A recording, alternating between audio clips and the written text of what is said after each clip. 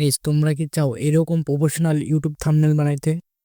Just one ক্লিকে এরকম professional YouTube thumbnail বানাইতে পারবে, তাও আবার তোমার হাতে থাকা স্মার্টফোন দিয়ে। তোমরা তো জানো ইউটিউবের জন্য ইউটিউব থাম্বনেল কতটা জরুরি।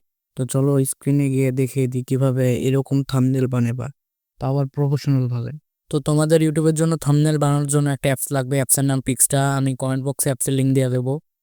তো অ্যাপসে ঢোকার পরে তোমরা এখানে অসংখ্য দেখতে পারবা ইউটিউবের জন্য থাম্বনেল সব রকমের।